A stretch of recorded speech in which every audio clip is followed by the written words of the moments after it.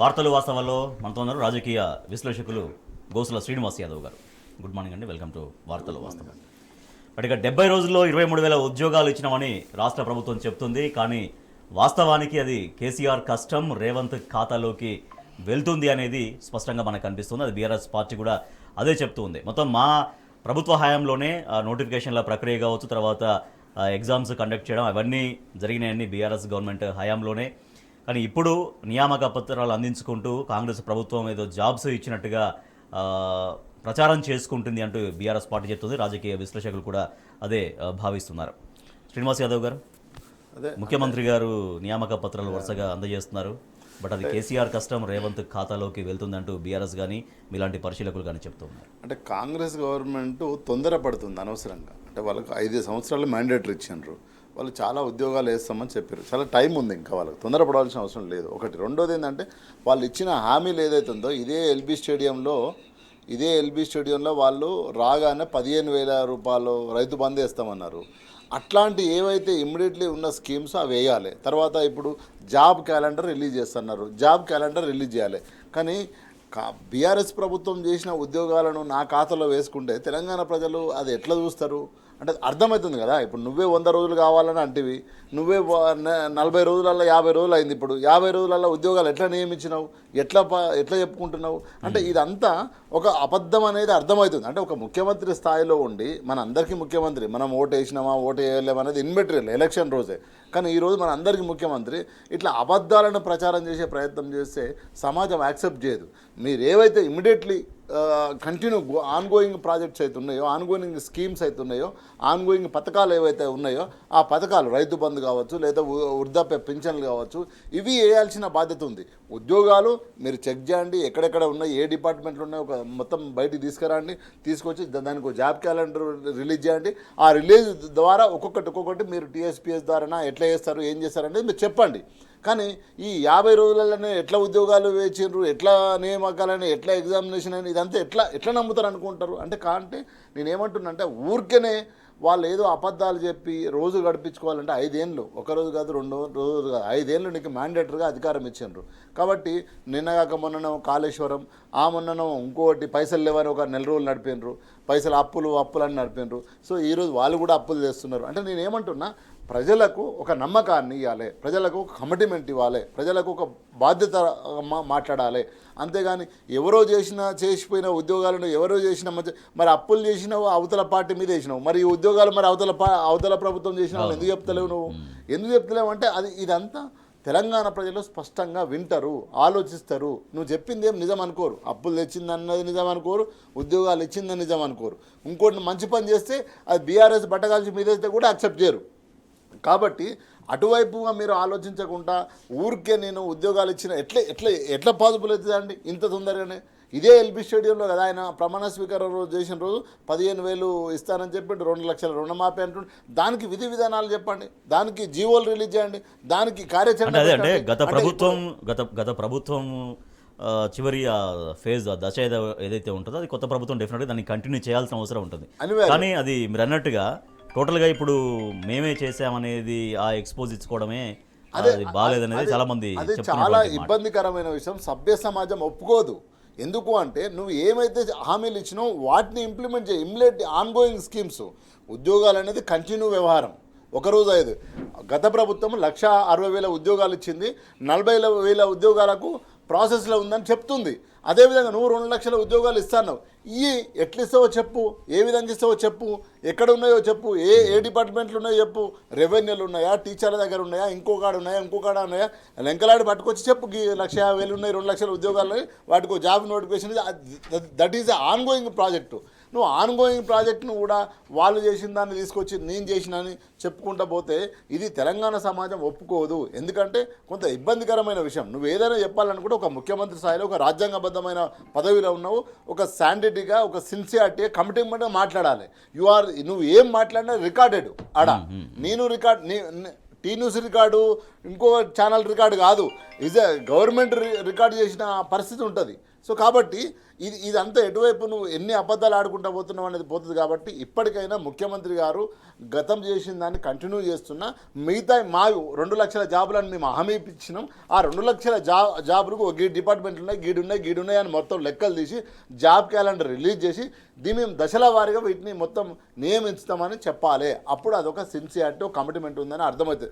అంతేగాని ఊరికేనే వాళ్ళు చేసింది కూడా నేను ఇచ్చిన అంటే మాత్రం సమాజం ఒప్పుకోదు. తెలంగాణ సమాజం అంతా వెర్రిగా ఏమి ఉండదు.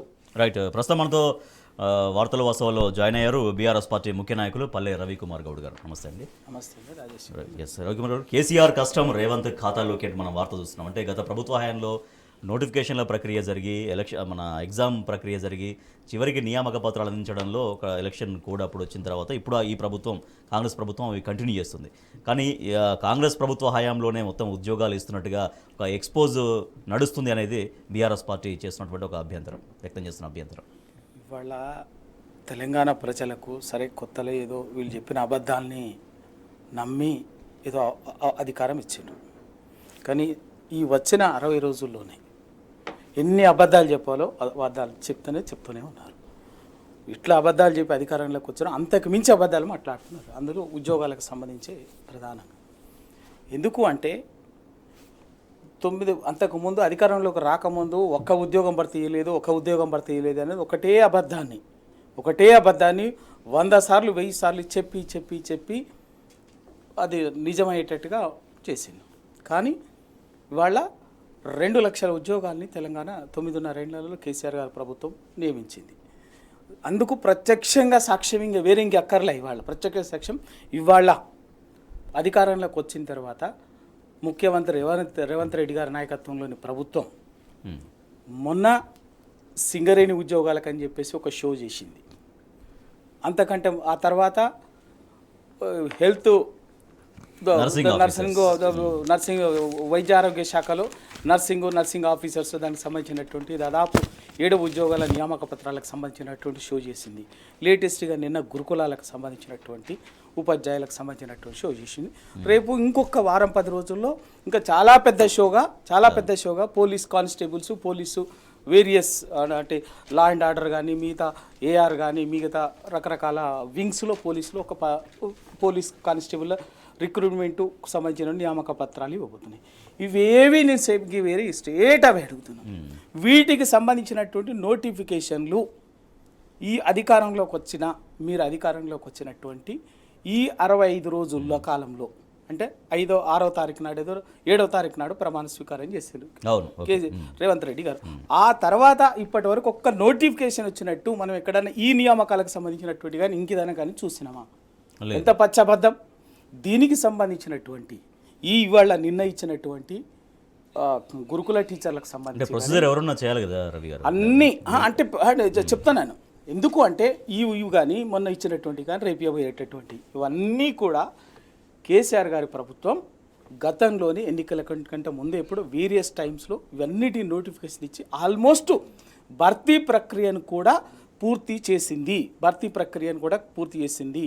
అయితే ఎలక్షన్ కోడ్ అది రావటం వల్ల ఏంటంటే వెంటనే వాటిని ఫలితాలు వాటికి సంబంధించిన చిన్న టెక్నికల్ ప్రొసీజర్స్ కంప్లీట్ చేయకుండా ఇవ్వకుండా ఆగిపోయింది. వాటిని 23,000 ఉద్యోగాల నియామక పచ్చబద్ధం ఒక్క నోటిఫికేషన్ చెప్పమని చెప్పండి. ఎప్పుడు నోటిఫికేషన్ వచ్చిందో ప్రతి దానికి డేట్ ఆఫ్ నోటిఫికేషన్ ఉంటుంది, date of application call for ఉంటుంది, డేట్ ఆఫ్ ఎగ్జామినేషన్ ఉంటుంది, డేట్ ఆఫ్ స్క్రూటినీ ఉంటుంది, ప్రతిదీ ఉంటుంది, అదంతా ఉంటుంది. ఎప్పుడు జరిగిందో చెప్పండి. అట్లనే పచ్చి అబద్ధాలు చెప్పి ఇవాళ ఇంకా నిన్న అది మాట్లాడుతూ రేవంత్ రెడ్డి గారు ఇస్తూ అక్కడ చెప్పినటువంటి మాట ఏంటంటే ఎల్బీ స్టేడియంలో నియామక పత్రాలు ఇస్తూ చెప్పినప్పుడు మా పెద్ద మాట మాట్లాడింది ఏంటంటే అసలు 9.5 ఏళ్ళలో ఒక్క ఉద్యోగం ఇవ్వలేదు, మళ్ళీ సేమ్ అదే అంతకుముందు ఎన్నికల కోసం ఇవ్వలేదు. ఇవాళ మేము రాగానే 60 రోజుల్లోనే 23,000 ఉద్యోగాలు ఇస్తున్నాం, బ్రహ్మాండంగా కొలువుల జాతర చేస్తున్నాం, ఇంకా రేపు త్వరలోనే ఇస్తామని చెప్పేసి చెప్పినాం. ఒక ముఖ్యమంత్రి స్థాయిగా ఉండి ఒక ప్రభుత్వాన్ని నడుపుతున్నటువంటి రైట్ అంత పచ్చబద్ధం చెప్పాల్సినటువంటి అవసరం లేదు.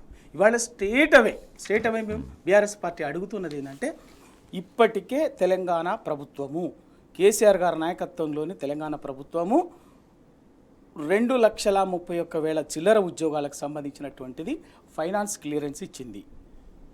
ఇది notification election shed code model code వచ్చేంత వరకు ముందే. వాటిలో 1,60,000 2,03,000కు నోటిఫికేషన్లు ఇచ్చింది.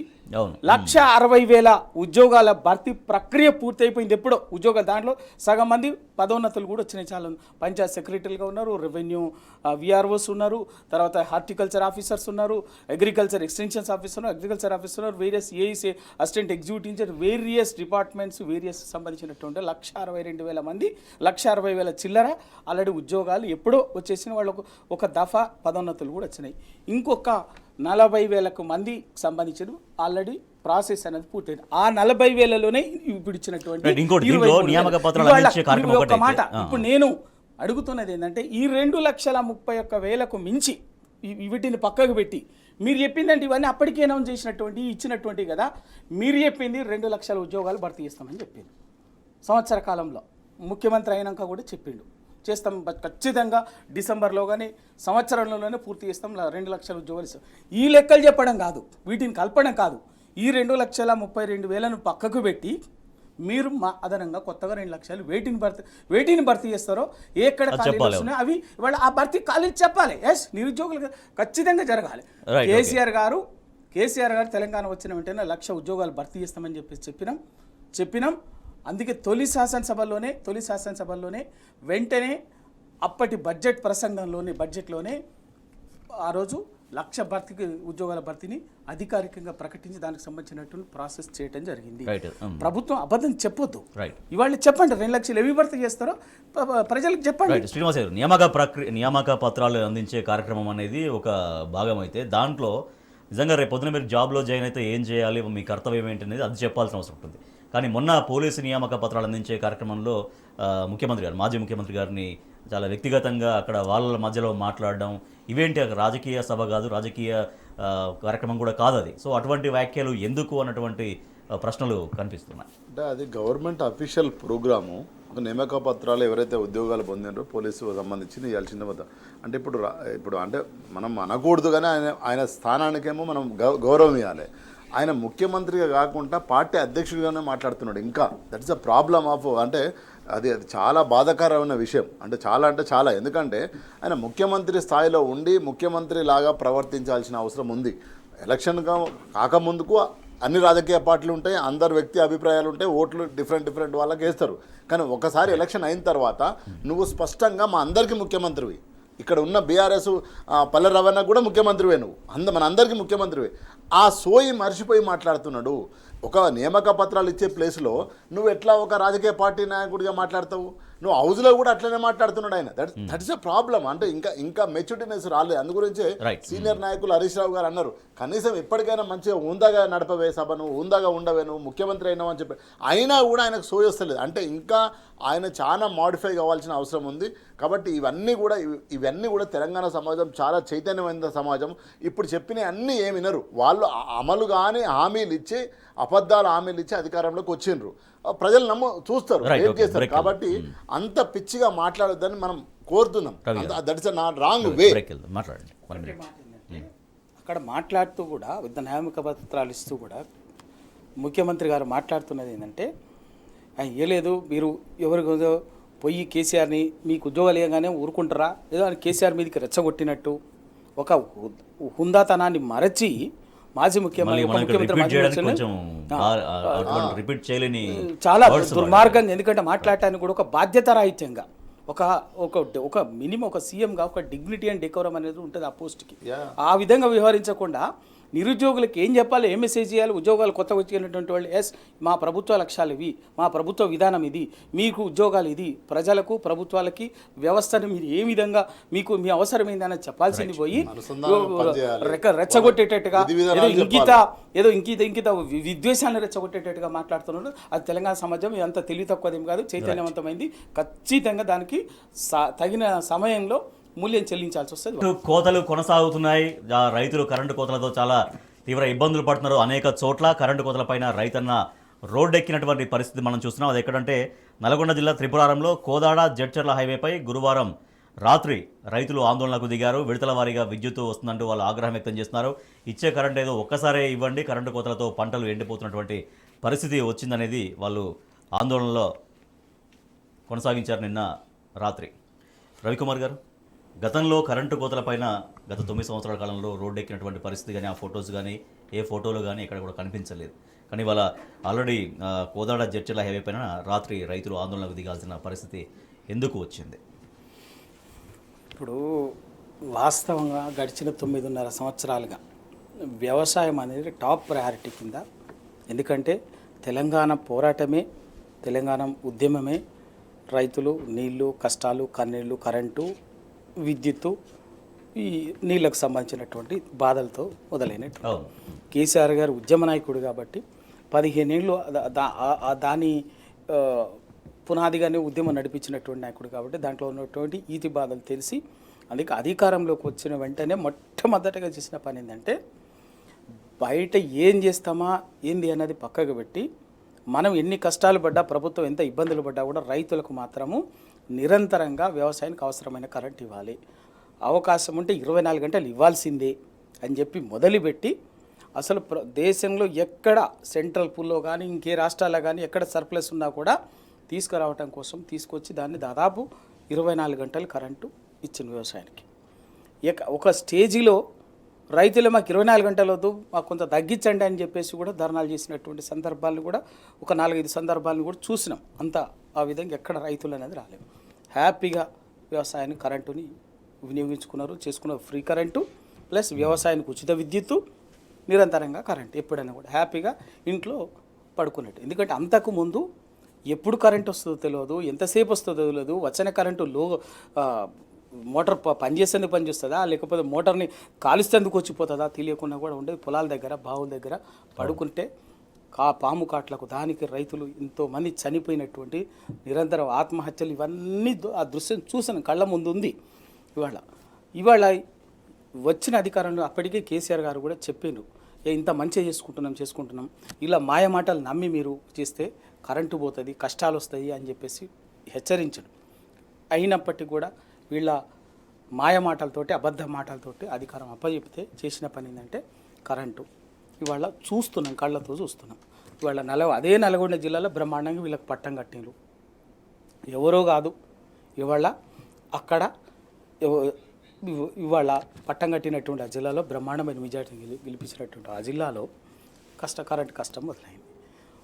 అదే రైతులకు సంబంధించి రైతు అటు కరెంటు విషయంలో కానీ, మూలధనం విషయంలో కానీ, పెట్టుబడి విషయంలో రైతు ఎక్కడ ఇబ్బంది పడకూడదు అని చెప్పేసి కేసీఆర్గా ఆలోచిస్తే అధికారంలోకి వచ్చిన వెంటనే మీరు పెట్టుబడి ఇస్తున్నటువంటి రైతు బంధు ఇవ్వలేదు అని చెప్పేసి అక్కడక్కడ మాట్లాడితే ఇదే మంత్రి కోమటిరెడ్డి వెంకటరెడ్డి గారు మాట్లాడిన మాట ఏంటంటే, ఎవడన్నా రైతు బంధు అడిగితే చెప్పుతో కొట్టండి అని చెప్పేసి, చెప్పుతో కొడతామని చెప్పేసి ఒక అహంకారపూరితంగా దురహంకారంతో మాట్లాడినటువంటి మాటల్ని చూస్తున్నాం. అంటే రేపు ఇది కూడా ఇవాళ ఎవరో కాదు, రైతుల స్వచ్ఛందంగా ఇదే నల్గొండ జిల్లా త్రిపురారం మండలం రైతులు కరెంటు పోయిందని రాత్రి ఎప్పుడో పగలేదు ఆర్గనైజ్ చేసేదో కాదు, రాత్రి కరెంటు పోయింది, సబ్ స్టేషన్ దగ్గరకు వచ్చి దీన్ని ఏమంటారో చెప్పాలి వాళ్ళ కాంగ్రెస్ నాయకులు. ఇవాళ ఇది మొదలు అయితే ఇప్పుడు ఒక్క దగ్గర ఇదే పరిస్థితి అక్కడే రాలే, రాష్ట్రం అంతటా కూడా ఇక్కడ పరిస్థితి అదే జరుగుతున్నది. కరెంటు కట్ అవుతున్నది, ఎప్పుడు వస్తుందో లేదో, మధ్యలో రావడం పోవడం అనేది గతంలో మాదిరినే అయిపోయింది. ఎన్ని గంటలు వస్తుందో కూడా తెలియదు. అటువంటిది ఈ పరిస్థితి ఉంది. ఖచ్చితంగా దీన్ని ఇవాళ సమాజం అర్థం చేసుకుంటున్నారు. రైతుల కష్టాలు మొదలైనవి. రైతు బంధు నుంచే రైతు బంధు పోయింది, రైతు రుణమాఫీ పోయింది. చెప్పిండ్రు అధికారానికి వచ్చిన 9వ తారీఖు వచ్చేసి తీసుకోండి అని చెప్పేసి చెప్పిండ్రు. ఆ మాట తప్పిండ్రు వాళ్ళ. ఆ మాట అదేంటి అని అడిగితే చెప్తూ కొడతామంటున్నారు. రేపు ఈ కరెంట్ అంటే కూడా ఇంకా మరి రైతు బంధుగా చెప్తూ కొడతామన్నారు. రేపు కరెంట్ వస్తలేదని రోడ్డు ఎక్కినటువంటి రైతులను ఏమంటారో చూడాలి. రేపు అదేం ఉండదు. ఖచ్చితంగా ఒక నిర్మాణాత్మకమైనటువంటి ప్రతిపక్ష పాత్రగా బీఆర్ఎస్ పార్టీ రైతుల పక్షాన, తెలంగాణ ప్రజల పక్షాన ఒక నిర్మాణాత్మకంగా ఉండి ఒక ప్రజలకు పక్షాన్ని నిలబడి తప్పదు. ఎందుకంటే 100 రోజులు అనే మాట చెప్పారు కదా, కళ్ళబొల్లి మాటలు. ఆ 100 రోజులు కూడా దాదాపు దగ్గర పడ్డాయి. అది అయిపోయిన తర్వాత వదిలిపెట్టేది ఏం లేదు. శ్రీనివాస్ యాదవ్ గారు, వారు గుర్తు చేసినట్టుగా రైతు బంధు కోసం ఇవాళ రైతాంగం అంతా ఎదురు చూస్తుంది. ఏదో ఒక 2 నుంచి 3 ఏకర్స్ లోపు ఏదో పడి ఉంటుంది. అది కూడా ఎంతవరకు ఎంతమందికి పడిందో ఎంతమంది పడలేదో ఒక క్లియర్ కట్ ఒక డేటా కూడా ప్రభుత్వం రిలీజ్ చేయట్లేదు. రైతు బంధు గురించి వెయిట్ చేస్తున్న రైతులకు ఇవాళ మళ్ళీ కరెంటు కోతలు అనేది మళ్ళొక శాపంగా పరిణమిస్తున్నాయి. దీనికి బాధ్యులు ఎవరు? ఇప్పుడు ఈ బాధ్యత తీసుకోవాల్సింది ఎవరు? ఈ సమస్య నుంచి గట్టెక్కించాల్సింది ఎవరు? అంటే ప్రభుత్వాన్ని పరిపాలించే నాయకుడికి ఒక దూరదృష్టి ఉండాలి, ఒక లక్ష్యం ఉండాలి, ప్రజల మీద కన్సర్న్ ఉండాలి, ప్రజల మీద బాధ్యత ఉండాలి. అట్లా బాధ్యతగా చేసిండు కాబట్టి గతంలో ప్రభుత్వం కేసీఆర్ గారు 9.5 ఏళ్లలో మనం ఎన్నడూ చూడని నీళ్లు చూసినాం, ఎన్నడూ చూడని కరెంటు చూసినాం. మనం అందరం వ్యవసాయ కుటుంబాల నుంచి వచ్చిన వాళ్ళము. ఎక్కడ కూడా గ్రామంలో చెరువు బ్రహ్మాండంగా నిండిపోయి ఉన్నది. ఒకప్పుడు ఎవరైనా చచ్చిపోతే ఈ ముఖ్యమంత్రి గారే హౌస్లో మాట్లాడిన కూడా మనం క్లిప్పింగ్స్ చూడడం జరిగింది. అంటే అంత హెల్పర్కు 500 ఇస్తే తప్ప కరెంటు వేసుకోలేని, స్నానం చేయలేని పరిస్థితిలో ఉండే. అక్కడ నుంచి 9.5 ఏళ్ళల్లో ప్రతి 9.5 ఏళ్ళల్లో కదా 5 ఏళ్లలో నీకు అద్భుతంగా చెర్లలో నీళ్ళు వచ్చినాయి. దాని ద్వారా పంట వచ్చింది. దాదాపు 3 కోట్ల మెట్రిక్ టన్నుల పంట ఉత్పత్తి అయింది. అదంతా మనం రోడ్లపైన పోసినప్పుడు కళ్ళలు. అంటే నేనేమంటున్నా, ఇదంతా ఎట్లా జరిగింది? మరి 60 ఏళ్ళల్లో 50 ఏళ్ళల్లో పరిపాలించి నా ప్రభుత్వాలు ఎందుకు చేయలేకపోయినాయి అంటే వాళ్ళ కన్సర్న్ లేదు, కమిట్మెంట్ లేదు. అదేవిధంగా కన్సర్న్ కమిట్మెంట్ ఉన్న నాయకుడు, దూరదృష్టి ఉన్న నాయకుడు, ఒక విజనరీ ఉన్న నాయకుడు పరిపాలించిండు. దాన్ని కొనసాగించాల్సిన బాధ్యత ఇప్పుడు ముఖ్యమంత్రి పైన ఉన్నది. కానీ అది కొనసాగించకుండా వ్యక్తి దూషణ, వ్యక్తిగత విమర్శలతోని పొద్దుగుకుతుంది అనుకుంటే కుదరదు ఇప్పుడు. ఎందుకంటే నీకు 64 మందిని ఇచ్చిండ్రు, మ్యాండేటరీగా గవర్నమెంట్ ఇచ్చారు అద్భుతంగా. నువ్వేం చేయాలి? ఆయన మోసుకొచ్చిన దాన్ని నువ్వు భుజాల మీద మోసుకొని ముందుకు తీసుకుపోవాలి. అందుగురించి కేసీఆర్ గారు కానీ, హరీష్ రావు గారు కానీ, కేటీఆర్ గారు నిండు సభల అక్కడ పబ్లిక్ మీటింగ్లో మీరు అద్భుతంగా పరిపాలించండి, అద్భుతంగా పనిచేయండి, ఇంకా 5 ఏళ్ళు కూడా తెచ్చుకోండి అని చెప్పడం జరిగింది. ఎందుకు అంటే అంత గౌరవంగా, అంత ఔదార్యంతో మాట్లాడుతుంటే ముఖ్యమంత్రి గారేమో వ్యక్తిగత దూషణలో పోయి వ్యక్తిగతంగా విమర్శించుకోవడం. నేనేమంటున్నా, ఈరోజు కరెంటు ఒకటే కాదు, ఈరోజు వాళ్ళ అసెంబ్లీలో ప్రజెంటేషన్ అవుతుంటే ఒకటి గుర్తు చేస్తా, జనరేటర్ పెట్టుకునే పరిస్థితి ఉన్నది. ఎట్లొచ్చింది? హైదరాబాద్లో నువ్వు కదా, నీ ప్రభుత్వం కదా, నువ్వు కూసిన హౌస్ కదా, తెలంగాణ 3 కోట్ల వాయిస్ కదా, అది ఎక్కడ? అదే కేసీఆర్ గారు ప్రస్తావించారు నల్గొండ. అదే నేనేమంటున్నా, అట్లనే ఇప్పుడు అంత కరెంటు పోతుందని చెప్తున్నారు. అప్పుడు రెప్పపాటు కూడా హైదరాబాద్లో కరెంటు పోతుంది, జనరేటర్లు పోయినాయి. అదొకటే కాదు, అంటే చాలా సమస్యలు వస్తున్నాయి. వాటిని ఎట్లా పరిష్కరించాలని ఆలోచించాలి, ఎట్లా పరిష్కరించాలో గత పాలకులతో మాట్లాడాలి, గతంలో అధికారులతో మాట్లాడాలి. వ్యక్తిగత దూషణ ఎప్పటి వరకు ఉండాలి? డిసెంబరు 30వ తారీఖు నాటి వరకు ఉండాలి. 31వ తారీఖు నుంచి నీకు ఉండొద్దు అవి. నువ్వు గెలిచినాక అసలే ఉండొద్దు. నువ్వు శత్రువును కూడా ప్రేమించాలి. ఆ ఆలోచన, ఆ కమిట్మెంట్ అటువైపు లేకపోతే నువ్వు ఎట్లా పరిపాలిస్తావు? నువ్వు ముఖ్యమంత్రివి. ఈ రాష్ట్రానికి మా అందరికీ తండ్రి లాంటి పాత్ర అనేది. సో నువ్వు తండ్రి లాంటి పాత్రను వదిలిపెట్టి నువ్వు తంతాం, గుద్దుతాం, చింపుతాం, పాడేస్తామంటే ఎట్లా? ప్రజలంతా ఏమనుకుంటున్నారు? కాబట్టి ఇది కాదు. ఈరోజు కరెంటు అక్కడ ధర్నాలు జరిగినాయి, చాలా చోట్ల ఇబ్బందులు పడుతున్నారు, నీళ్లు లేవు. ఇవన్నీ ఆటోల బంద్ ఒకవైపు. నిన్న కాక మొన్న కొల్లాపూర్లో, అచ్చంపేటలో అక్కడ బుడ్డలు అంటారు, వేరుశనగలు వేస్తే వాటికి రేట్లు రాక ధర్నాలు చేస్తున్నారు. ఎందుకు ఇవన్నీ ఎట్లా జరుగుతున్నాయి? ఇంత షార్ట్ టైంలో కాకుండా చూడాల్సిన బాధ్యత నీది. ఒకవేళ నీకు అనుభవం లేదనుకో, అడగాలి, తప్పేం లేదు. వాళ్ళేం వేరే దేశస్తులు కాదు, వాళ్ళేం మన శత్రువులు కాదు. నిన్నగాక మొన్న పరిపాలించిన వాళ్ళే, వాళ్ళు మనతో ప్రయాణం చేసిన వాళ్ళే. అంటే వాళ్ళతో నువ్వు మాట్లాడడం వల్ల నీ ముఖ్యమంత్రి పదవి పోదు. కాబట్టి అట్లా అంత ఔదార్యంతో నుండి తీసుకోవాల్సిన బాధ్యత ఉంది. రవికుమార్ గారు, ఇప్పుడు ఆ రోజు 2014 కేసీఆర్ గారు అధికార పగ్గాలు చేపట్టిన రోజు అసలు విద్యుత్ వ్యవస్థ మొత్తం అస్తవ్యస్తంగా ఉంది. అసలు మనకు డిమాండ్కు అక్కడ మనకు అవైలబిలిటీకి ఉన్నటువంటి పవర్కి అసలు పొంతనే లేదు. కానీ 9:30 అయినా కూడా ఎక్కడ ఇబ్బంది రాకుండా 9:30 చేస్తే ఇవాళ మీకు అన్ని వ్యవస్థలను సెట్ చేసి ఇచ్చినా కూడా ఇవాళ మెయింటైన్ చేయలేకపోతున్నారు. వడ్డించిన విస్తరలాగా ఇచ్చిన తర్వాత కూడా మీకు బాధ్యత లేకుండా, రైతుల పట్ల కన్సర్న్ లేకుండా ఇష్టానుసారంగా మీరు కేవలం ఎంతసేపు ఏంటంటే గత ప్రభుత్వాన్ని కేసీఆర్ గారిని నిందించడం కోసం మీ ఎనర్జీని వాడుతున్నారు తప్ప గత ప్రభుత్వం చేసినటువంటి వాటిని వ్యవస్థని కొనసాగించి రైతుల కష్టాలు రాకుండా చూసే పని చేయట్లేదు. దాని మీద దృష్టి పెట్టాలి. మరో తెలంగాణ రాష్ట్ర ప్రభుత్వ అధికారిక చిహ్నంలో, అలాగే తెలంగాణ తల్లి రూపం విగ్రహంలో మార్పులు అంటూ ప్రభుత్వం ఒక కొత్త చర్చకు దారితీసింది. దీని పట్ల చాలా వరకు అభ్యంతరాలు వ్యక్తమవుతున్నాయి. రవికుమార్ గౌడ్ గారు నిన్న దీనిపైన దేశపతి శ్రీనివాస్ గారు కూడా మాట్లాడారు శాసన మండలిలో. తెలంగాణ చిహ్నంలో రాచరికపు ఆనవాళ్ళు ఎక్కడున్నాయి, తెలంగాణ తల్లి విగ్రహంలో ఒక దొరసాని ఆకారం ఎక్కడ కనిపించింది అనేది వారు ప్రస్తావించారు. ఇక్కడ ఒకటి అర్థం చేసుకోవాలండి, తెలంగాణ తల్లి విగ్రహం కానీ, తెలంగాణ మన అధికారిక చిహ్నం కానీ ఎవరో ఒక్కరిద్దరు అనుకుంటే దానికి రూపం వచ్చింది కాదు. తెలంగాణ తల్లి రూపానికి విగ్రహానికి సంబంధించి ఉద్యమ కాలంలో వచ్చినటువంటిది, ప్రజలంతా అంగీకరించినటువంటిది. దాన్ని రూపకల్పన చేసినటువంటి వాళ్ళలో కొంతవరలో కూడా ఉన్నటువంటి వాళ్ళు ఇప్పుడు దాన్ని ఉన్నటువంటి వాళ్ళు కూడా ఇవాళ తెలంగాణ ఉద్యమంలో ఉన్నారు. మీ పక్కన ఒకరిద్దరు కూడా ఉన్నారు. అది ఉంటాయి ఖచ్చితంగా కొన్ని. ఇదేదో ఎవరో మీరు ఊహించుకుంటే, ఎందుకంటే ఉద్యమంలో ఉన్నటువంటి వాళ్ళకి తెలుస్తుంది దాని గురించి. ఉద్యమం లేకుండా ఉద్యమ ఆకాంక్షలు అని చెప్పేసి ప్రజల్ని తప్పుదోవ పట్టించేటటువంటి వాళ్ళకి దాని విషయం అర్థం కాదు. ఆ రోజు తెలంగాణ తల్లి విగ్రహం మీరు తెలంగాణలో ఏ మూలకు పోయినా ఇవాళ ఆ విగ్రహాలు ఉంటాయి. ఇవాళ కొత్తగా పెట్టింది కాదు, ప్రభుత్వం పెట్టింది కాదు. ప్రభుత్వం రాకముందే ప్రజలుగా వాళ్ళు పెట్టుకున్నటువంటిది.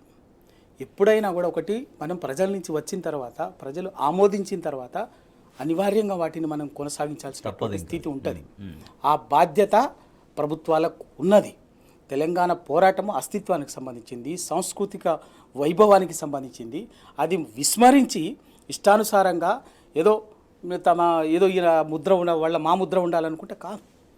2 తెలంగాణ అధికారిక చిహ్నం అనేది, అధికారిక చిహ్నానికి సంబంధించినటువంటి రూపకల్పన సంబంధించి తెలంగాణ ప్రభుత్వం ఏర్పడిన వెంటనే, రాష్ట్రం ఏర్పడిన వెంటనే జూన్ 2 కంటే ముందే తెలంగాణ ప్రముఖులందరితో కన్సల్ట్ చేసి వాళ్ళు రూపకల్పన చేసినటువంటిది. దానికి ప్రధానంగా 2 తీసుకోవటం అనేది ఎందుకు అంటే, ఇవాళ ఎవరు ఇష్టమున్నా ఎవరు ఇష్టం లేకపోయినా తెలంగాణ ప్రజల ఈతి బాధలు తీర్చినటువంటిది కాకతీయ రాజ్యంలో. దాని మీద కూడా ఇంకో కొన్ని ఉంటాయి. అక్కడ ప్రధానంగా ఏంటంటే గొలుసు కట్టు చెరువులు ఒక అభివృద్ధి నమూనాని ఆ రోజు చూపించినటువంటి కాకతీయ రాజులు అనేది ఇప్పటికీ గొప్పగా చెప్పుకుంటాం. కాకతీయ తోరణం కానీ, కాకతీయ గొలుసు కట్టు చెరువులు కానీ అన్నింటిని కూడా చెప్పుకుంటాం. కాబట్టి అటువంటిది, ఎందుకంటే తెలంగాణ కష్టాలే నీళ్ళకు సంబంధించినటువంటి కష్టాలు.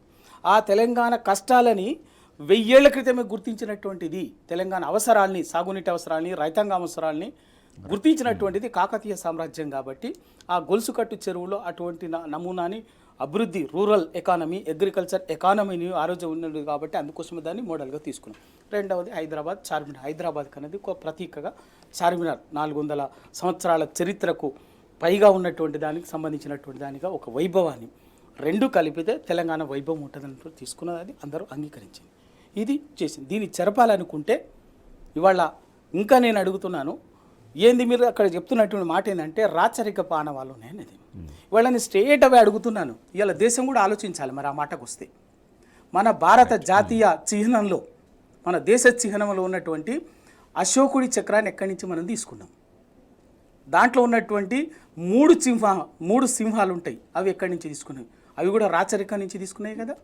మౌర్య సామ్రాజ్యానికి సంబంధించిన అశోకుడి చంద్రగుప్తుని కాలం దానికి నుంచి తీసుకున్నటువంటి ఎందుకు తీసుకున్నాం?